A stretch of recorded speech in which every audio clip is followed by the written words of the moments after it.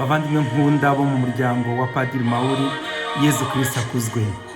Twageze ku cyumweru cya mbere cy'igisibo, ku wa gatatu w'ivu twatangiye iki gihe gikomeye cy'igisibo, aho Imana iduhamagarira guhinduka, tugahindura umutima, tukongera tukayigarukira, kuko urugendo rwacu nyine niyo rugomba kuganaho, kuko niyo iduhamagara. Mu gisibo rero duhamagariwe kurwana inkundura, tukarwana inkundura cyane cyane turwana na sekibi n'imbaraga zayo. Murabona guhera kera abantu bose bararwanye, bamwe bagatsinda abandi bagatsindwa. N'ababyeyi bacu bo hambere nyine ba mbere baremwe Adamu na Eva, nabo bahuye n'icyo gishuko cyo gushukwana n'umwanzi sekibi, ariko bo baratsindwa, bibaviramo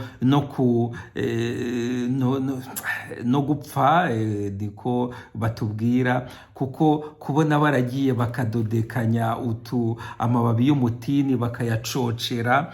Ibi byose biragaragaza nyine ko uburemere bw'icyaha, uburemere bw'ibikorwa bya sekibi. Yaragera ngo ni koko se Imana yababujije kurya ibiti by'imbuto zose zo mu busitani, imbuto zose.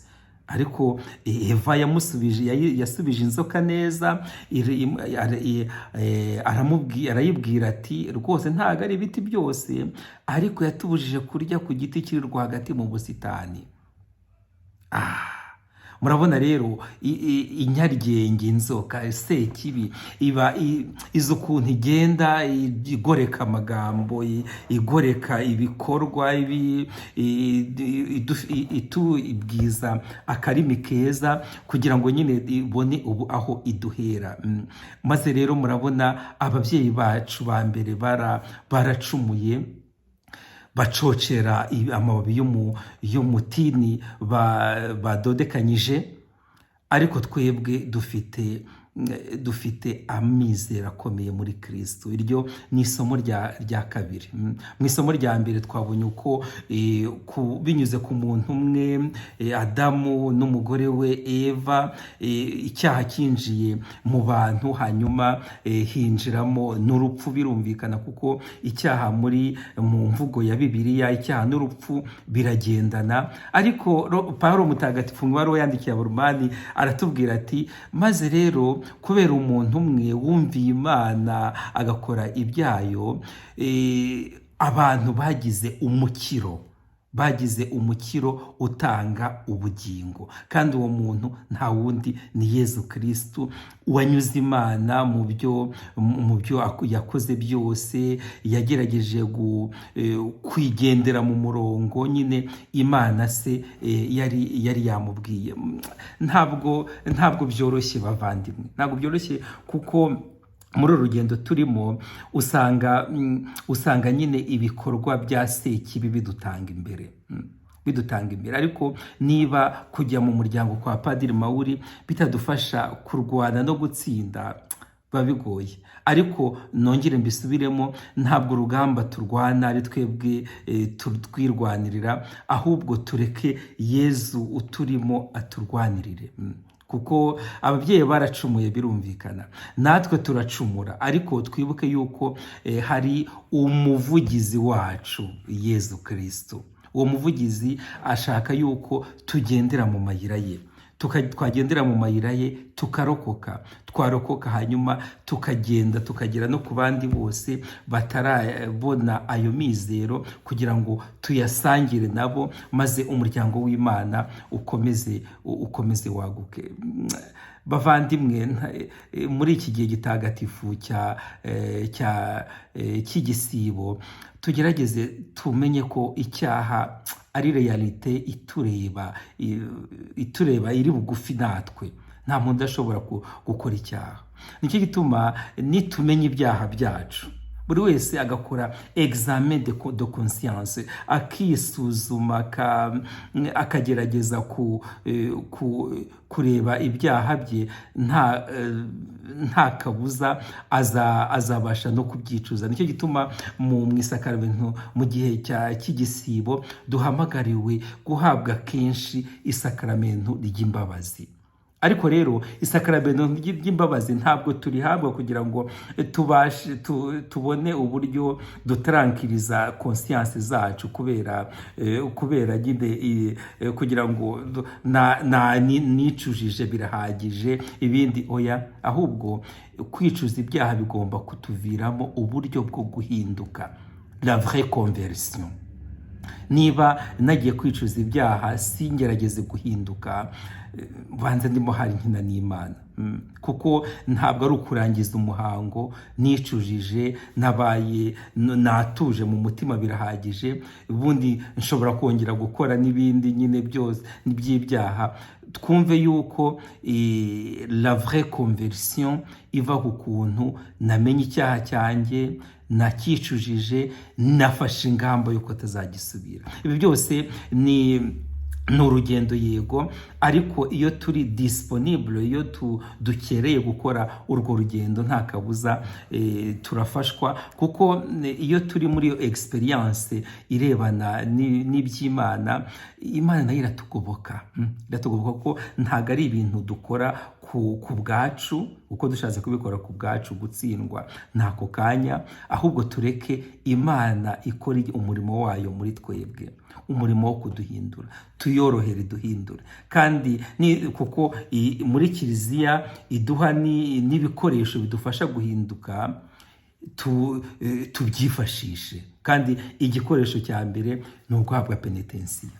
Twisuzume rero, abashakanye hagati yabo muri couple bashobora kwisuzuma, buri wese akibutsa mugenzi we mu rukundo, mu by'umuvane, ndabona icyo wahindura ari iki, ariko ntawe duciriye urubanza, ntawe muri dialogue fraternelle, muri dialogue y'urukundo, mu kuganira byo mu rukundo, buri wese ashobora guhwitura mugenzi we, akamubera intandaro yo guhabwa penetensiya ku buryo buboneye. Kuko kenshi na kenshi tuba tuzi ibyaha bya bagenzi bacu, kenshi na kenshi tukagerageza nyine kubishyiramo urukundo, kutabacira urubanza. Ariko iyo tuganiriye mu rukundo, mu bwumvikane, tukabasha gufasha bagenzi bacu kumenya ibyaha byabo, nabo tukemera ko badufasha, ibyo ni ibintu, kuko iyo tugendanye muri uru rugendo rwa roho, tugira n'amizero, tukagira n'ibyishimo byo gusangira nyine na bagenzi bacu ibyo byiza Imana iduha. Kandi ibyiza bya mbere Imana itanga ni ukubabarirwa ibyaha. Kandi igihe cyose tuteretse Imana ibyaha byacu, yabitubabarira ite? Tugerageze rero bavandimwe, ariko byose bice mu rukundo, bice mu kudacira abandi imanza, ariko buri wese yumve ko ari responsable y'ubuzima bwa roho bwa mugenzi we. Byose tubikore mu rukundo no mu bwumvikane, mu biganiro bya roho dushobora kugirana, abashakanye bakabigirana hagati yabo, abapfakazi bakabigirana hagati yabo, urubyiruko nuko, abiyeguriye Kristo umwami, abapfakazi nuko, twese tukabigirana buri wese agamije ko roho ya mugenzi we yaba nziza, kandi urugamba mugenzi we ari gukora arwana n'icyaha rwose rubashe kugira aho rugera mu byishimo no mu munezero. Mu Ivanjiri uyu munsi rero naho twabonye Yezu nabwiraga mu ntangiriro yuko ibintu byose bitarimo Roho Mutagatifu nta hantu byagera, cyane cyane ibintu tuvuga ko bireba ari ibintu by'Imana, ibyo tuyikorera, igihe cyose bitagiyemo Roho Mutagatifu nta hantu byatugeza. Yezu rero ayobowe na Roho yaragiye ajya mu butayu, agiye kwiherera, yari hari mu ntangiriro y'ubutumwa bwe, ariherera amara iminsi 40 n'amajoro 40. Hanyuma ibyanditswe bitagatifu biratubwira ngo arasonza. maze rero bavandimwe murabona twebwe iyo dutangiye uzajye nko kwiherera rimwe ubwo roho mutagatifu ntabwo sekibi azaza ako kanya, ntabwo azategereza ko umara iminsi 40 shwida ako kanya. Iri sufi no gutangira kubitekereza sekibi agatangira akagushyiramo confusion akubwira ko ibyo urimo utabishobora ibintu byinshi, ariko tubyumve yuko ahari roho mutagatifu sekibi arahatinya. Yezu yabashije gutsinda kuko nta na rimwe atandukana na roho w'Imana, kuko ni ubutatu butagatifu, Imana Data, Imana Mwana, bose bahujwe n'urukundo rwa roho mutagatifu. Kuko rero roho mutagatifu ari wamuyoboye akamujyana mu butayu, ni nawe wamufashije nyine gutsinda biriya bishuko byose. Igishuko cya mbere cyarebaga inda. Iyo umuntu ashonje ashobora gukora byinshi bidakorwa, byinshi cyane. Muribuka mu kiragano cya kera Izawu yagiye akajya kugurisha ubutware bwe, akabugurisha na murumuna we kubera ko yari ashonje. Ibyo se ubwo butware buzamarira iki ko ubundi n'inzara igiye kunyica? Murumva ko iyo umuntu ashonje ashobora gukora byinshi bibi. Ariko Yezu uyu munsi aratwibutsa ngo wasonza utasonza wibuke yuko umuntu adatungwa n'umugati gusa n'ibiryo gusa byo ku isi, ahubwo atungwa n'ijambo ryose risohotse mu kanwa k'Imana. Murumva rero ni ibintu byiza tugomba kuzirikana tukabigira ibyacu, kuko inda ntabwo yatuma ducumura. Icya kabiri ni uko kenshi na kenshi tugira ngo Imana yacu ikora nk'abamagicien. Oya, ntabwo ibikorwa by'Imana ari maji. Ahubwo ngo maje ni ukuvuga ngo nakoze ibi Imana irankorera ibi, cyangwa reka nkore biriya nasenze cyane byanze bikunze Imana irankorera biri. Oya, Imana ikora ibikorwa byayo mu bantu bakereye kuyakira, mu bantu bakereye kugendera mu murongo wayo no gutegereza ugushaka kwayo. Ntabwo Imana ari umumagicien ukora ibintu pafu ako kanya kugira ngo yerekane ububasha bwe. Oya, ntabwo ari uko Imana yacu ikora. Imana itanga impano ikayiha uwishaka n'ukereye kuyakira. Igishuko cya gatatu Yezu yahuye nacyo ni igishuko kirebana n'ikuzo ry'isi. Bavandi, amakuzo atuma abantu birata, kandi munarebye amakuzo y'isi nayo atuma abantu bashwana. Ugasanga abantu bari bunze ubumwe, ari abavandimwe, abandi bantu bose bareberaho, ariko haza amakuzo y'isi ngo ugasanga bashwanye. Ngewe ndakomeye, nerekanye ko nkomeye. Wasanga ari gukomera kwaturutse kwa sekibi, kuko ugukomera mu Mana byitwa serivisi y'urukundo. Niba ukomeye, uvuga ko ukomeye, uzajye ubiverifiya uhereye kuri serivisi y'urukundo uha bagenzi bawe. Yezu rero yaragiye abwira sekibi, yaramubwiye ati nzabiguha byose. Izi za royaume, izi ngoma zose zo ku isi, zireba uburyo zitunze, uburyo ziteye ibyishimo, byose nzabiguha numfukamira ukandamya. Ni bangahe bagiye bagapfukamira shitani kugira ngo babone amakuzo y'isi, babone ubukungu bw'isi? Twebwe ntabwo ari uko tugomba kumera. Dupfukamira Imana, kandi nituyipfukamira Imana izatusangiza ikuzo ryayo muri Yezu Kristo. Bavandimwe rero, twumve yuko kugira ngo tubashe gutsinda sekibi, tubashe gutsinda urugamba turimo turwana na sekibi, tugomba gukoresha ibyanditswe bitagatifu.